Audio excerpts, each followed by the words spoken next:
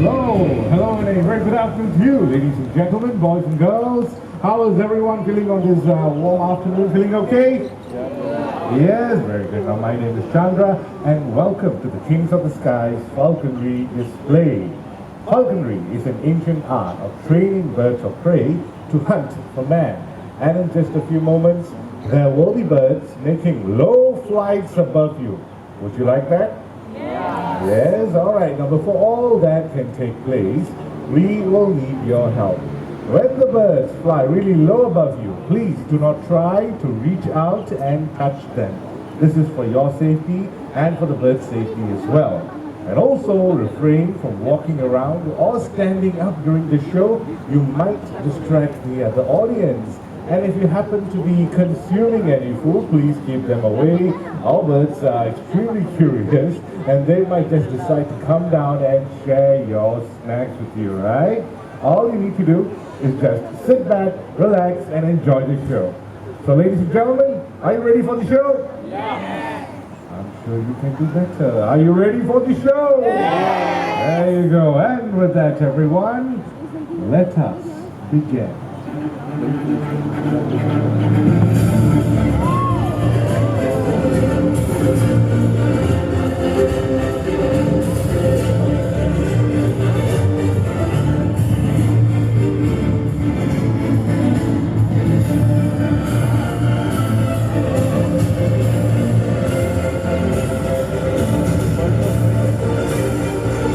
Ladies and gentlemen, this impressive eagle on my arm is the American bald eagle. Her name is Susie, by the way. Now, bald eagles can be found in North America, and some of you might be wondering, why are they called the bald eagles when they actually do have feathers on their head? Well, basically, the word bald is an older English word for white head, so that's how they got the name. These birds build a really huge nest. If you're wondering how big the nest could get, take a look at the pond behind me. That would give you a rough idea. And the world record for the heaviest bald eagle nest weighs an impressive 2 tons. By the way, Susie is 15 years old this year. All right, Susie, thank you very much. Let's give her a big round of applause, everyone. Thank you. Bye-bye. All the way inside. Good girl. Now, ladies and gentlemen, the next eagle that you're about to see can be found in Southeast Asia. In fact, it is the largest eagle that you can find right here in Singapore. Now, I am talking about the white-bellied sea eagle. And in the wild, these birds are known to snatch venomous banded sea snakes from the surface of the water. Well, today we're going to do a little demonstration. I have with me a replica of a banded sea snake, right? Very shortly, I'll toss this into the center of the pond. And we'll watch our eagle make an attempt to swoop down and catch it away from the center of the water, okay? All right, for those of you who have those big DSLR cameras, please focus it right over here. This would be a good spot, okay? Now let me double check and see if there's any iguanas inside. All right, none of them. You saw the iguana swimming earlier on? That's right, we had to clear it away. If not, the eagle is going to have that for dinner.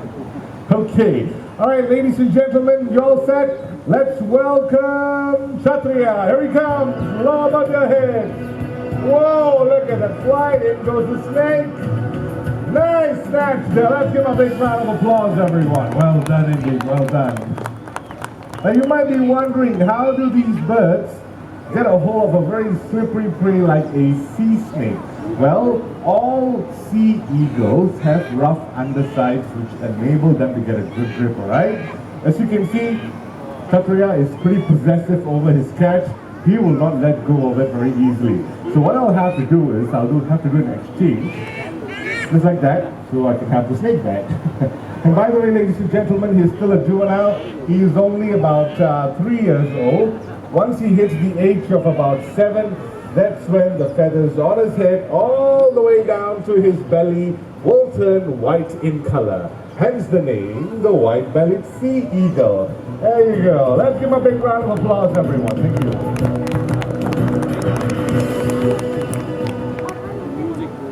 Now the next bird of prey that's going to make its way out has got a very keen sense of smell. In fact, it's able to pick up the scent, or should I say the stench, of a rotting carcass a mile away. Ladies and gentlemen, I'm talking about a vulture. To be exact, it is a turkey vulture. Let's welcome Titan. Here he comes. Hello, Titan. Ladies and gentlemen, turkey vultures, very commonly found in the Americas. Pretty abundant in the wild, close to about 10 million of them. As I mentioned earlier on, they've got a very keen sense of smell. So usually the turkey vultures are the first to reach a carcass. They may be the first, but at times they might not be able to consume the food as yet because unlike their larger counterparts, turkey vultures do not have very strong and powerful beaks to rip apart meat, okay? So they'll have to rely on the larger vultures to help them out. Here's a very interesting fact about the turkey vulture. It has got very acidic stomach acid, 0 pH level, so you can imagine how corrosive it is, okay? Alright, looks like Titan has done pretty well. Time for him to head back home. Over that way. Bye-bye, Titan. Off you go. Nice. Let's give a big round of applause, everyone. Lovely turkey vulture. Okay, so you have seen one of the smallest vultures. Well, the next one that's going to make its way out is the largest bird of prey, or should I say the largest vulture in the world. You want to see him? Yes, all right, ladies and gentlemen. I'll need all of you to call for his name. His name is George. On my count of 3. 1, 2, 3. George! Here he comes, everyone. George the Andean condor. Right over here, George. Oh, look at that. Ladies and gentlemen, the Andean condor, largest bird of prey in the world. They can weigh up to 15 kilograms and have a massive wingspan of about 3.2 meters. Check this out, ladies and gentlemen. Whoa, look at that. Now, being a scavenger, the condor hardly hunts. So whenever it chances upon a huge carcass, it will consume the food extremely fast. In fact, condors have a unique suction system which enables them to swallow their food very fast indeed. Alright, thank you very much, George. Home is done away. Bye-bye. All the way inside. Good boy. Let's give a big round of applause, everyone. George, our lovely Andean condor. Thank you. Now, ladies and gentlemen, not all birds of prey prefer to hunt. Some of them are known to even scavenge for food, just like the southern caracara. In the wild, these birds are known to turn over rocks and even tree barks in search of food like worms and other insects, alright? Well, today we're going to do a little demonstration. I have with me a few pieces of rocks right over here. A few rocks, should I say. Okay, I'm going to place them down. Now, underneath the rock, I'm going to drop some trees. Okay? 1, 2, let's see, and 3. Can all of you see this? Yeah? Okay, good view. All right. There's 2 more right over here. There you go. Okay, I can already hear him.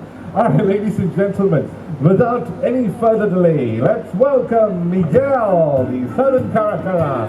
Hello, Miguel. Good afternoon. Right this way, boy. All right, you've got the rocks right over there. What must you do? There you go. He uses his feet to turn the rocks over. Okay, Miguel.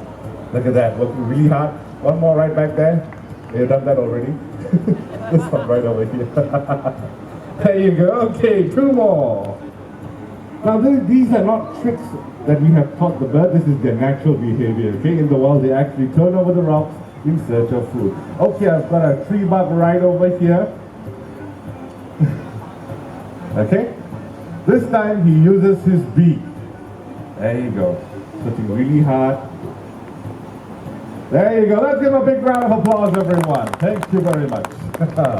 All right, I'm going to give him an IQ test right now, ladies and gentlemen. Right over there, Miguel. Now, in this bottle is a piece of food tied to a string. I'm pretty sure all of us know how to get this out, right? Let's see if Miguel can do it. Okay, Miguel, hang on. Hang on, I'm going to put it on the floor first. All right, relax. Patience, patience. Go right over there. Okay, hang on. Okay. Okay.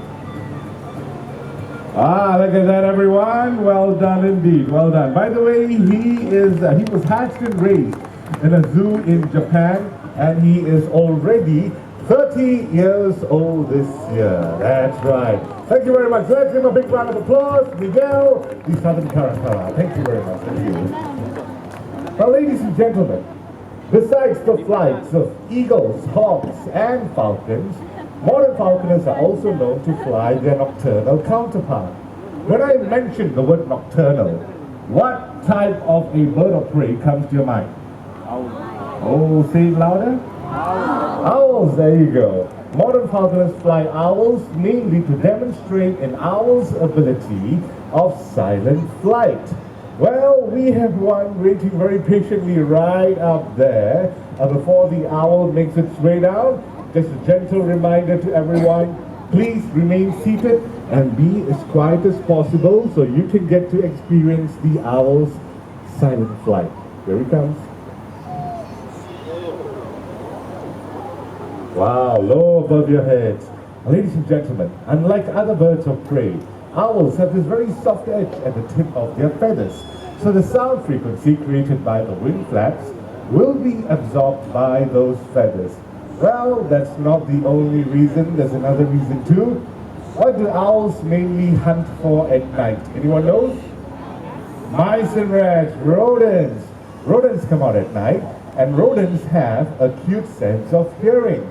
So the owl would have to be very quiet in order to catch its prey without being detected at all. That's why they're also known as the silent hunters of the night.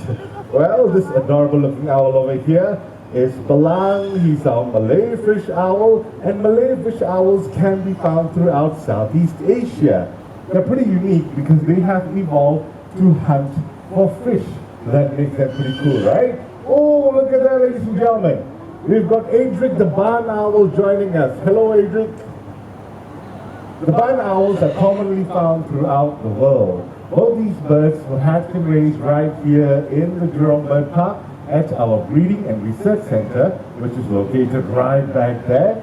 Now, Belang is close to about 9 years old this year, or else Adric back there is still pretty young. Would you like to guess his age? 2 years old? 6 years old? 7 years old. 7 years old? 8? He's only 3. Some of you are pretty close, right? 3 years old. All right, ladies and gentlemen, amongst the owl species, barn owls have got hypersensitive hearing. They are able to pounce on a prey in total darkness. That's how powerful your sense of hearing is, alright? Okay, looks like Adric has done pretty well. Time for him to head back home. Everyone say bye-bye, Adric! Bye. Wow, look at that fly. Nice and high. Alright, ladies and gentlemen, take a look at Belang right now. Do you notice that Belang is able to turn his head all the way to the back? Yeah, okay, see? Wow, alright, I've got a question for all of you. How many degrees do you think an owl is able to turn its head? 270. Sorry, say louder. 270. 270. 70. Sorry, 180. Okay, we got 270. 270. We got 180. 360 degrees. 270. Okay, 3 different answers. 360, 270, 180. How many of you think it's about 360? Raise your hands. 360. Okay, what about 270 degrees? 270. 270. All right, and 180 degrees. 180. 180. Okay. Well, ladies and gentlemen, boys and girls, the correct answer would 270. be 270 degrees. There you go. Well done. Well done. 360 not possible. That is a full circle. The owl might sprain its neck. All right, we don't want that happening. Okay, thank you very much, Belang. Off you go. Nice fly. Now, ladies and gentlemen, did you know that owls are considered to be nature's pest control because they help to reduce the rodent population? Whereas vultures, on the other side, are considered to be nature's cleanup crew. They help to reduce the spread of contagious diseases by consuming carrion. Was that the kingfisher? Yeah, it's very sneaky. All right, so unfortunately, many of the vulture species around the world are rapidly declining in the wild, and a lot of conservation efforts are needed to ensure that their numbers thrive again. Well, over here in the Jurong Bird Park, we also do our part in conservation. Alright, whereas the next bird of prey you're about to see was rescued and nursed back to health right here in the Jurong Bird Park. So, without any further delay, let's welcome Genghis, the Himalayan griffon vulture. Hello, Genghis. Ladies and gentlemen, the Himalayan griffon vultures, they can be found in the higher regions of the Himalayas. And during migratory season, the young vultures are known to fly down south. And when they do so, sometimes they go out of route and they end up lost in different parts of Asia. Where else, for Genghis right over here, he was found to be very weak and extremely dehydrated in Orchard Road, Singapore. This was about 4 years ago. The authorities contacted us. We managed to rescue him and nurse him back to health. Don't you think he looks very healthy right now? Yeah. Yeah? Okay. Alright, thank you very much again. It's time for you to head back home. Bye-bye. All the way inside. Let's give a big round of applause, everyone. Thank you.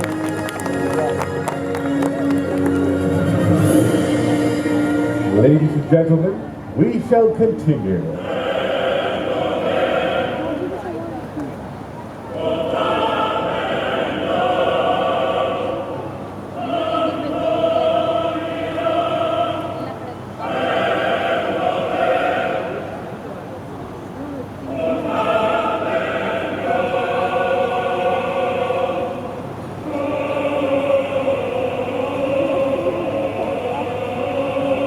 Ladies and gentlemen, when one vulture descends upon a carcass, more will follow.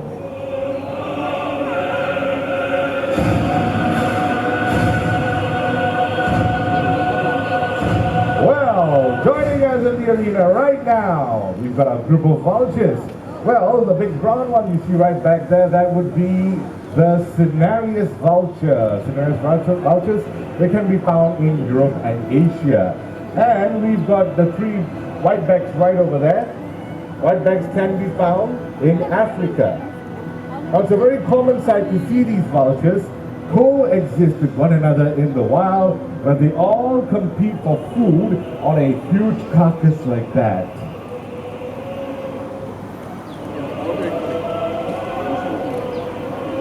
Ladies and gentlemen, we've got more birds joining us.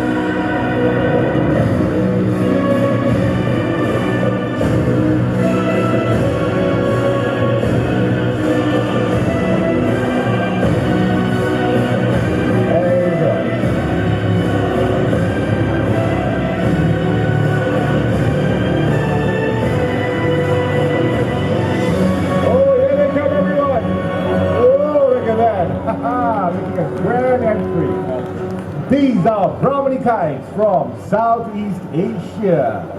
Oh, look at that. Let's watch them make a few more impressive high catches, right? Let me get a good angle. Here comes one. Whoa, look at that. Wanna see me throw it a few more times? Yeah? Okay. Hang on. There you go. Look at how swift they are. Ladies and gentlemen, as I mentioned earlier on, Brahmani kites can be found in Southeast Asia, in some Asian countries where they have open-air restaurants.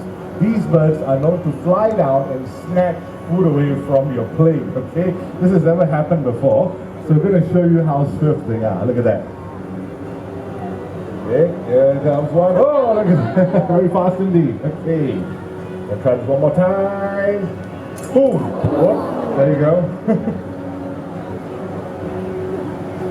Want to come right up here, boys? There you go. All right. And with that, ladies and gentlemen, after having seen all these birds flown here today, I'm sure all of you would agree that they certainly deserve and merit the title, the Kings of the Sky. Now, thank you very much, everyone. All of you are more than welcome to come forward, take pictures of the birds flying around. If you have any questions regarding the birds you saw on the show, feel free to ask me, right? Now, if you'd like to bring back a fond memory of the show, you can do so in the form of a plush toy. My colleague is right up there, selling them at a discounted price. You've been a great audience. Before you go, please remember to take all your belongings with you. Have a great day in the park. Thank you very much, and goodbye.